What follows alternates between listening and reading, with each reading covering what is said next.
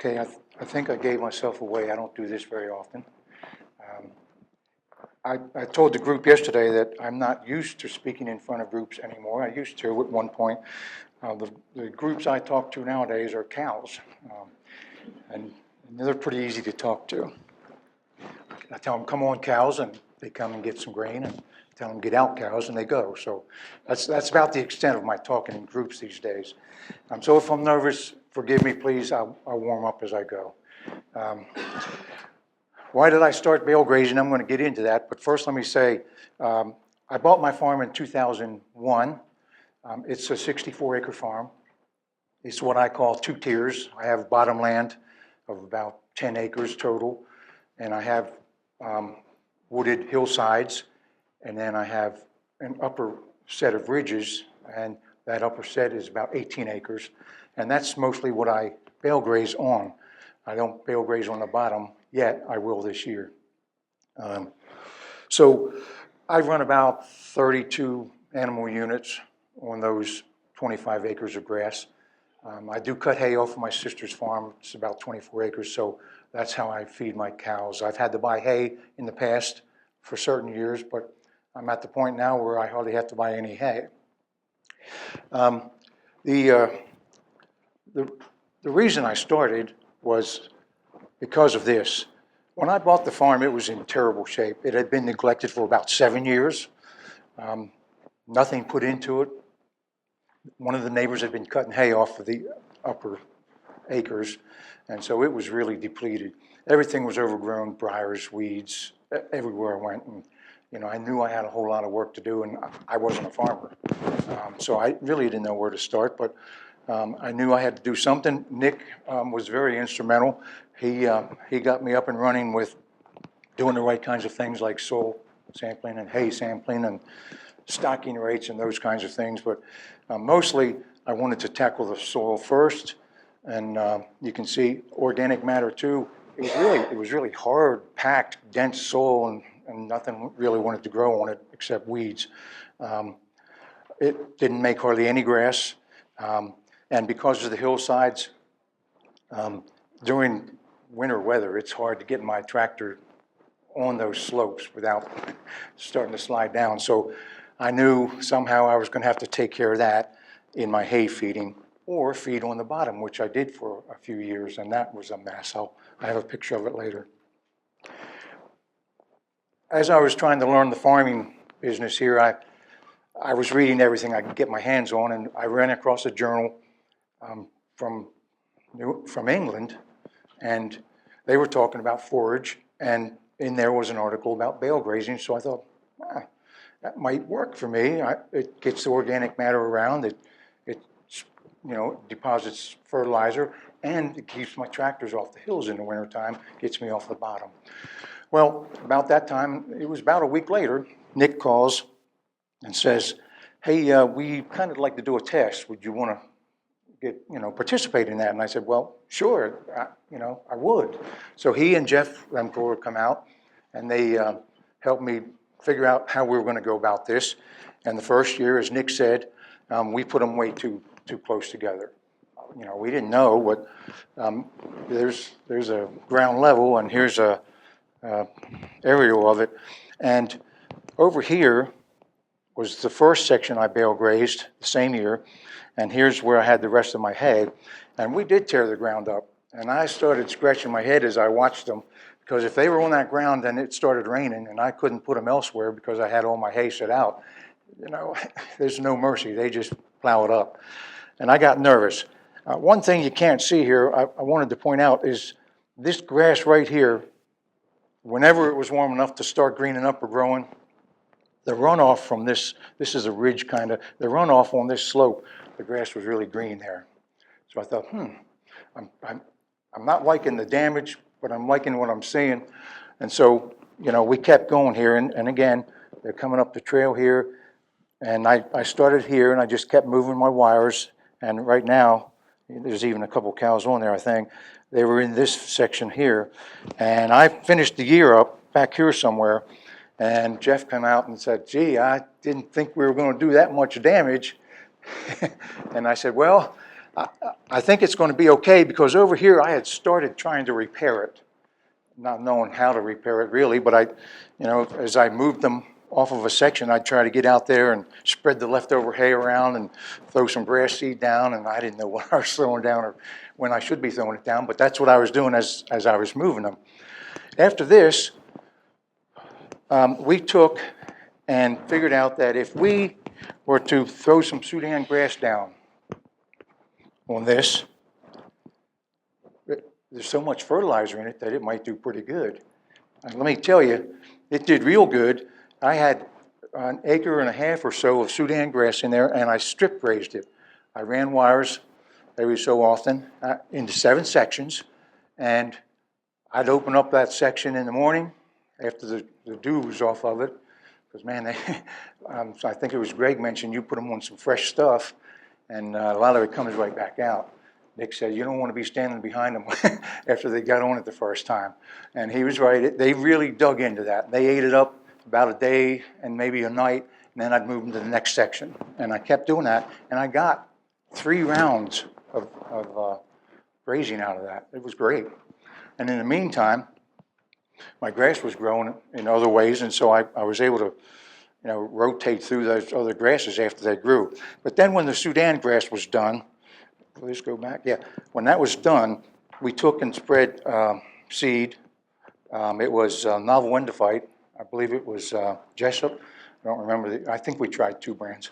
And we got a really good stand of that. Jeff came back out at some point, and I don't know if you remember that stand of grass, but I know you were pleased with it. And so were the cows. They gobbled it up. Okay, so the second year, we thought, we don't want to do this much damage, let's spread them out some. And we did. You can see kind of how we spread them out. It was like 75 feet, depending. It was close to that. And you can see there's a lot less damage. There's a kind of a ratio, I don't know how to express it, but you have to kind of place your bales and work your loafing area so that it makes sense from a ground damage and a fertilized placement deal. I mean, the loafing area and the placement they have to go together somehow. You got to figure that out, and I don't know how to explain that. But the second year was better. The third year was even more so. This is an example of how I spaced them out. Each year I went and tried different patterns and different placements, and I'm getting to the point now where I know I want to be around 3, maybe 4 acres or 4 rows per acre. That seems to be the best, and I'm going to try that again this year. Third year and beyond, still experimenting with spacing, 3 to 4 rows per acre. Some of the factors that determine the number of rows per acre, the stocking rate, my ground and soil needs, and I'll explain that in a minute. The weather coming up, because if you know that something's coming up where it's going to be a week's worth of rain and you don't want to tear that particular paddock up, you can maybe space it out some or put them in a different place so that you don't damage a particular paddock. The other factor is my schedule. I don't want to be out there in a cold rainstorm moving wires and posts, so I'm going to kind of position it so that I do that work when the weather's nicer. And so that's one of the factors. But here you can see this particular year here, I was bringing them up this slope here. I had already done this side. No, I'm sorry. I had already done this side, and now I had them on this particular paddock, and they're right back here. And this is probably damaged as much as the first year was. And it's because right when I opened up this section to them, we had a front come in, and I think we had like 8 inches of rain in 4 days or something, and they were on it. I had just opened it up, and so I wanted them to finish it before I moved them off of it, and it really tore it up. And then somebody else from UK came out and looked at it, and at the same time Nick was there, and he says, "Whew, I didn't expect this kind of damage."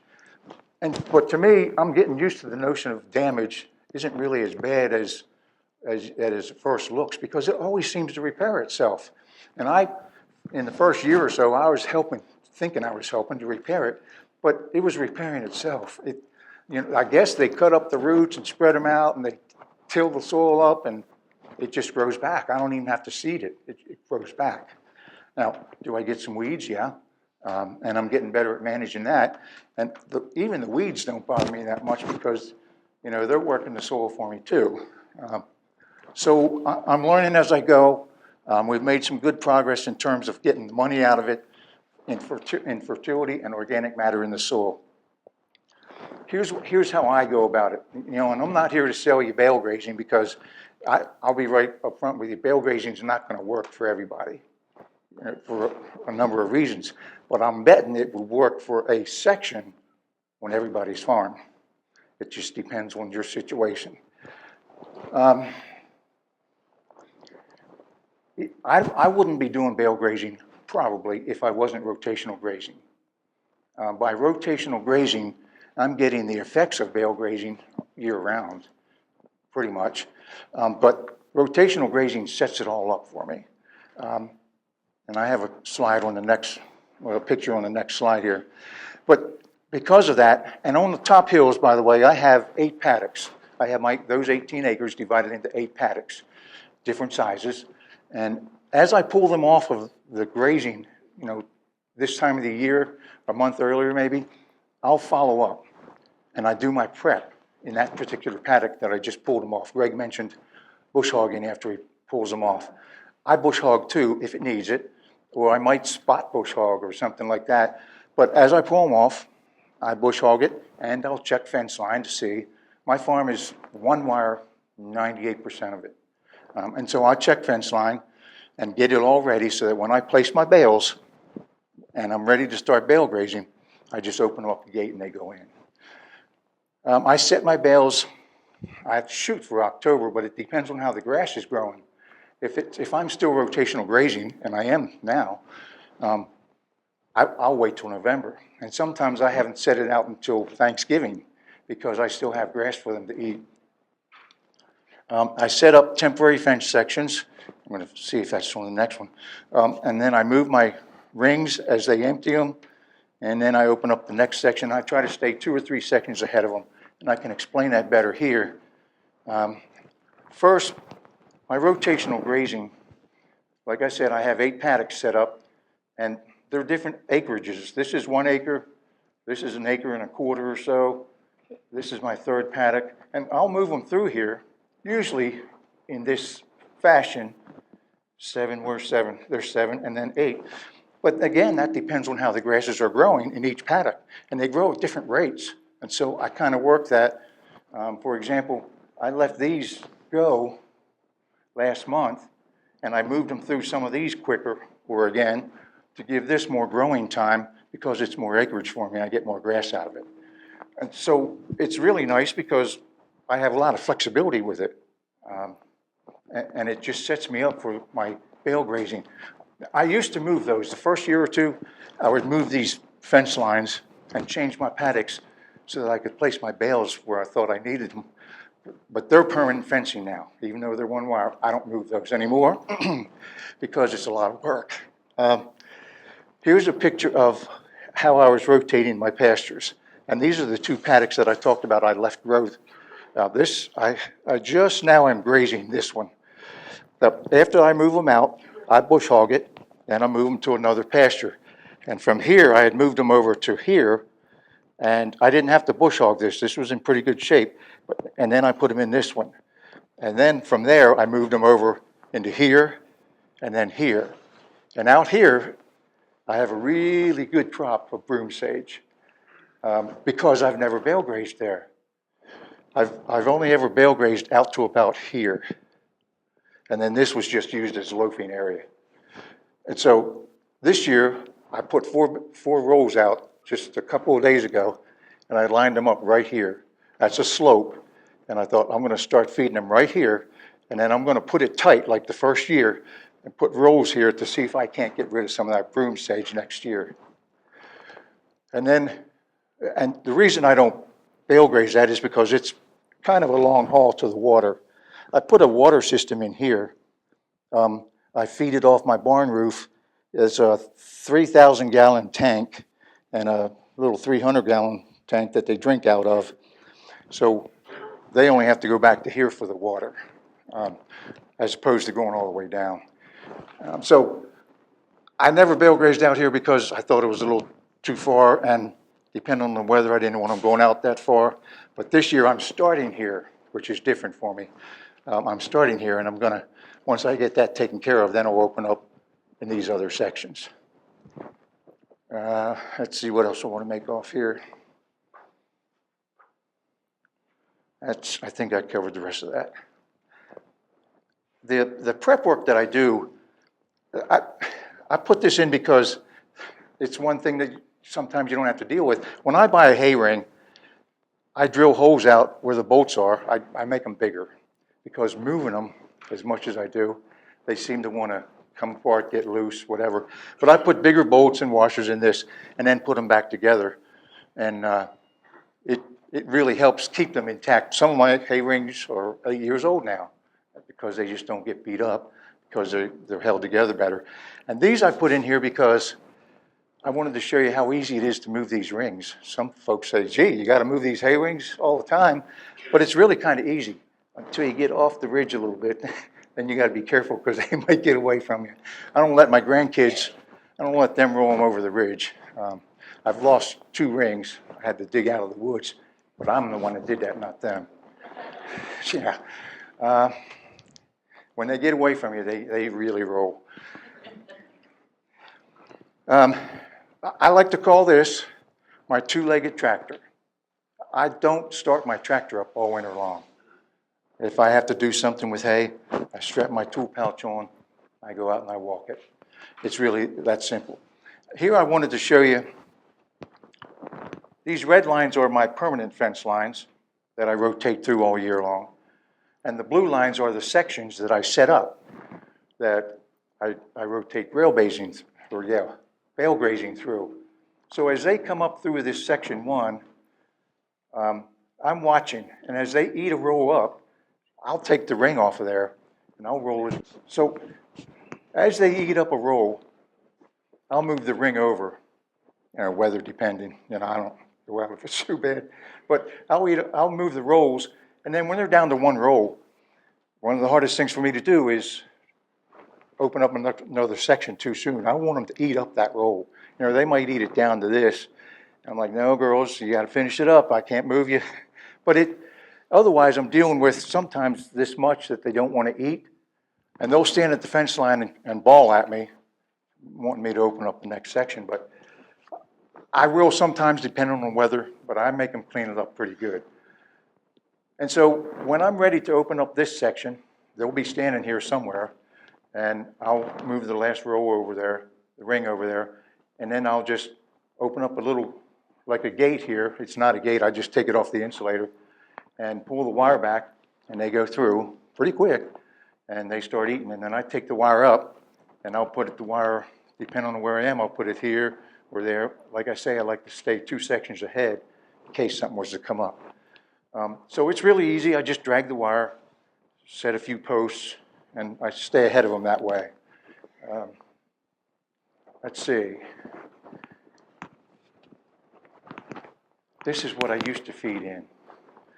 And this hadn't been very long. You can see it's winter time, but my hay is around the corner. It was over here at one point, and I had to start taking it around the corner because, it gets pretty deep, pretty messy. And so I thought I've got to change that, and that's when I went to the top. You can see it's a lot drier here and everywhere I feed them now. They don't get into that thick mud. This is what it typically looks like after I pull a ring away. You'll see you have some hay there, but that's not wasted. They go and use that to bed on, or they'll nibble at it. Or a lot of times, if there's this much left and I take the ring off, then they'll go back and start eating it. So there's not a whole lot of hay waste.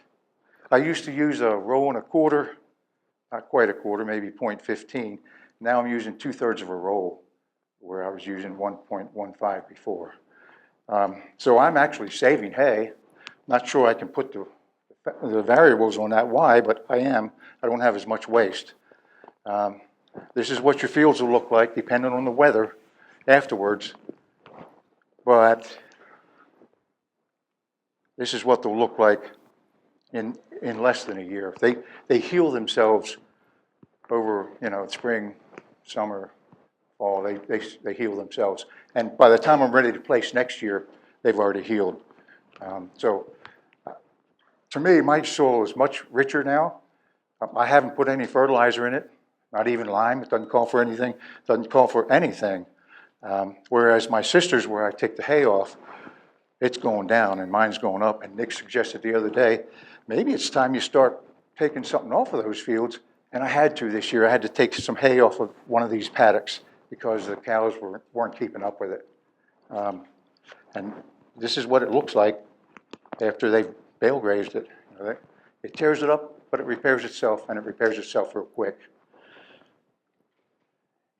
And there's another picture of it healing itself. The cows are still back here. They had just come off this maybe a week and a half earlier. How am I on time? Good? 5 minutes. Questions? Yes, ma'am. That I unroll them? No, I don't. And I have some hillsides where I've been wanting to try that, but I'm afraid I'd get it up there and roll it, the wrong way, and I'd end up with a roll down in my corral down there.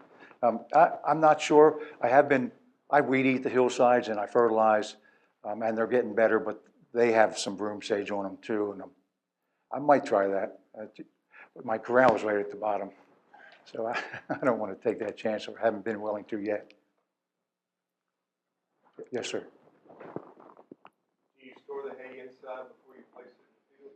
No, and I have a hay barn. I have a couple rows in there, but my hay is cut, raked, rolled, and then set out. I don't set it under a tree line, and I don't let it touch one another, so it gets some airflow around it. And then I set it out, and it stays out there all winter. And I rarely ever see more than this much on the outside of it, and that's not so bad. They'll eat that up too. So, and I thought I was going to have a lot of rot, but I don't. Once I started separating them as I stored them in the field. Is it in the barn during the summer? No. You put it, like if you take a cutting in May, what happens to those bales? They sit outside till I place them. I can't place them when I cut them because I'm rotating through those. So, yes, sir. Bales, and are they wrapped? Yeah, they're 5.5 by 5, and at first I was using strings, but now they're net wrapped. And as I'm placing them, I'll get off my tractor, unwrap that, and throw it away so that I don't have to unwrap it as I open them up. Other questions? You put the bales up on end, or? No, I've tried that. My neighbor says, "Oh, you ought to place those up on end." I thought, okay, I'll try it. But it was the same to me. I couldn't see any difference. And so instead of trying to tip them up or put them up with my tractor, I just set them out there and they eat it up. Any other questions? Going once, twice. Oh, Greg?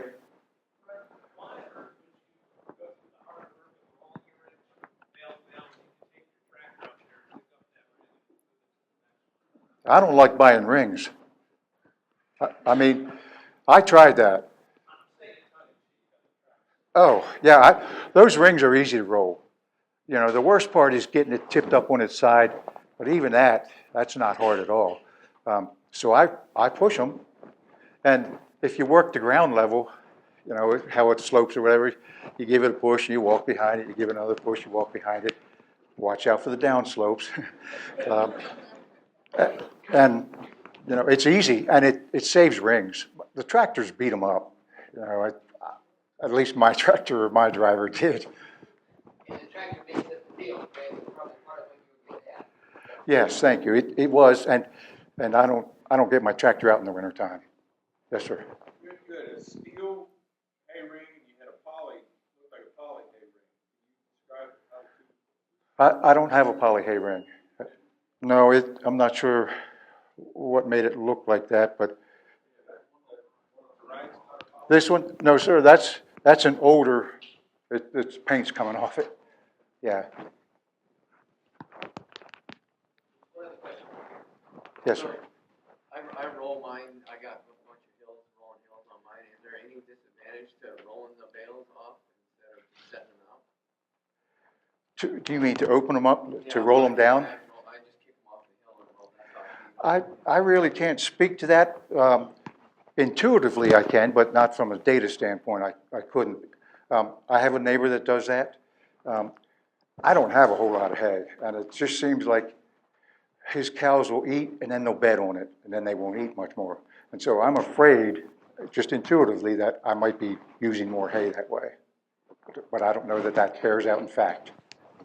I just think it seems like if they're walking around that bale, they can tear the ground up pretty good right around. They do beat up the ground around the ring. But again, because there's hay that's falling on that beaten up area, yeah, it helps it, and it comes back. Yes, sir. I'm sorry? At the moment, I have 32 animal units. I've had as many as 43.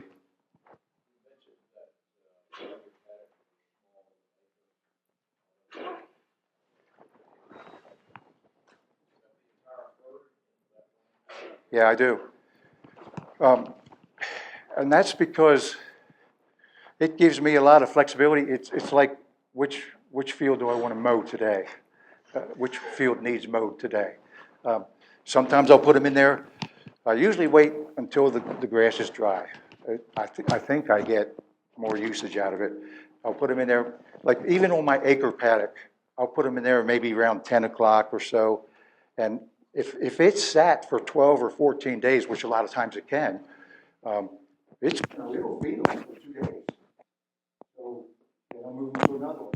I just try to give each paddock 12 to 14 days of rest. Yes, sir? So with your regrowth after bale grazing, are you seeing what was in the patch before, or in essence, seed that fell out of the bale and is sprouting back up? Well, I'm gonna be honest with you, sometimes I get my hay cut late, so it's new grass coming up from the hay. But I'm seeing what was there before coming up. But sometimes I get some, I know when that's happening, right in the center of that ring, there's some new growth coming up. It looks like, seeds from the hay. So